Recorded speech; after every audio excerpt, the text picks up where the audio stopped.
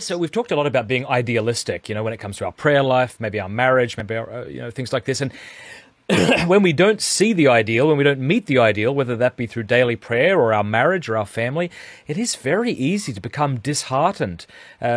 No doubt many married people whose marriages might look great from the outside think to themselves, gosh, what if I had married someone else? Would have things been better? What if I didn't have this child who I find so difficult, and these sorts of things?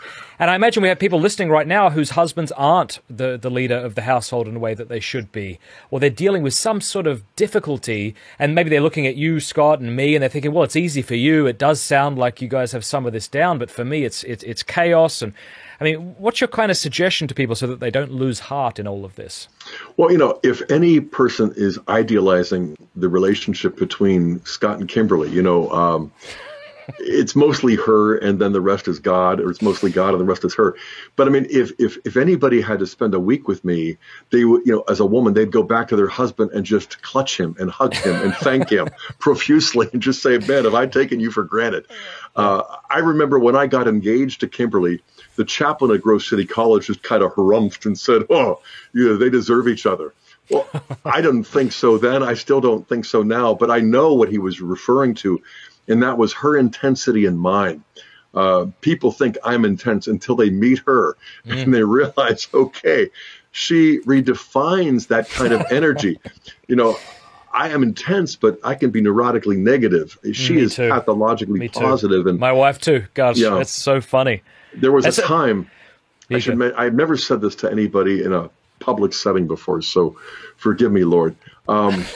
But I remember we were in a Bible study shortly after we got engaged, and we were discussing in this group how to discern and discover the will of God. And, I had a bunch of friends who were like, who does God want me to marry? What courses does God want me to take? What parking spot? And it drove me nuts because it just seemed to lack any sanctified common sense. And so I made a really, really foolish statement that I paid for many times. And I said, when it comes to the will of God, there are options. There is freedom.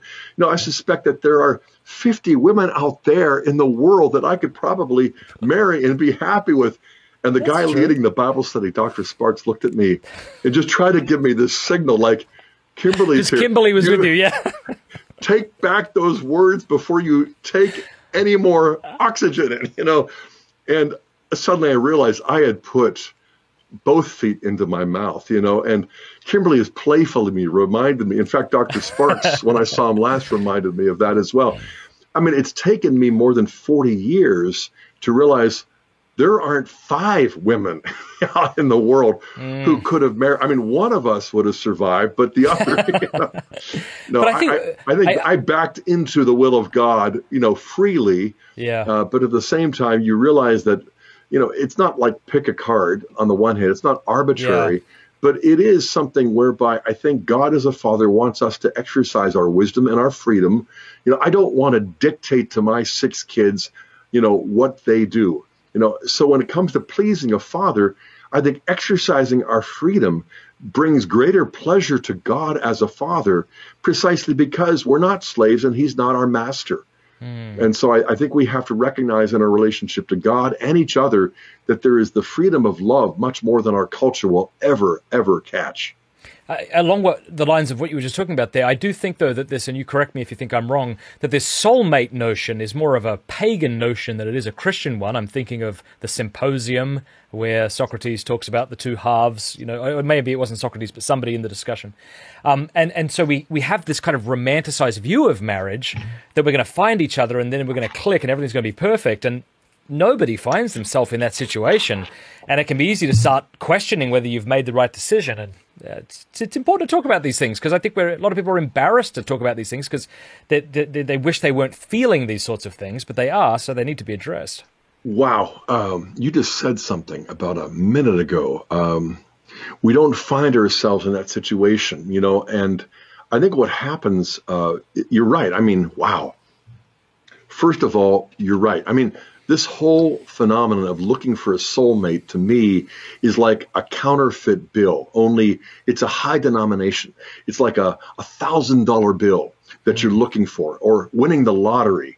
And when you don't find it at home, it's easy to kind of find it somewhere else where, a woman who doesn't have to really put up with you, who respects you. And so at work or someplace out in the world, this to me is not only counterfeit, it is toxic, but it's nearly universal.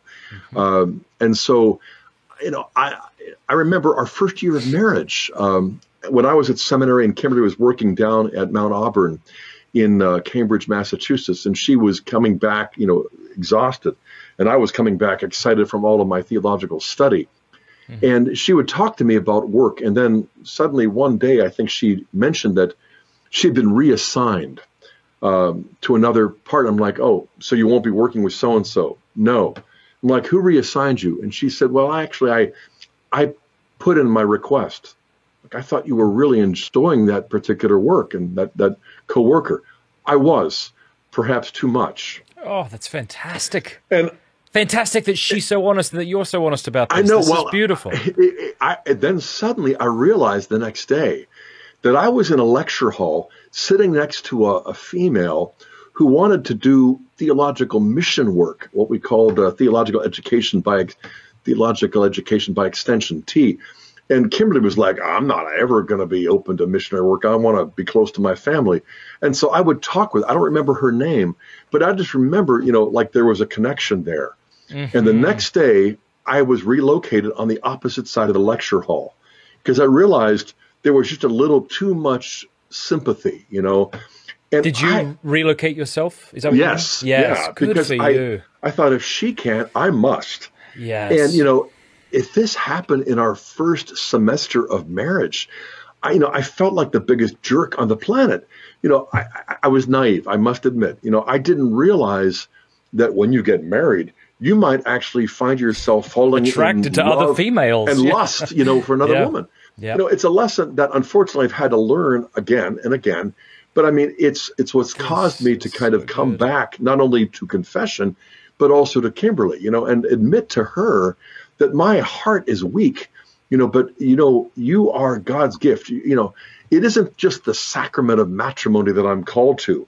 Saint Josemaria once, identified the sacrament for each and every male and female. The sacrament that you are called to has a name, and it's Kimberly. You're not just called to marriage, you are called to her, and she is God's beloved daughter, and he has entrusted her to you. And you're not going to be judged primarily on the last day on the basis of how many books you wrote or talks you gave, but how you loved my beloved daughter and stopped making excuses for not loving her sacrificially. 40 years into this, I'm still learning, sometimes the hard way. But this idea of soulmate, we have finally backed ourselves into a kind of soulmate relationship that I didn't really think was realistic or possible, but only after tens of thousands of apologies. And all of the rest. It's all it takes, but it takes all of that. Yeah.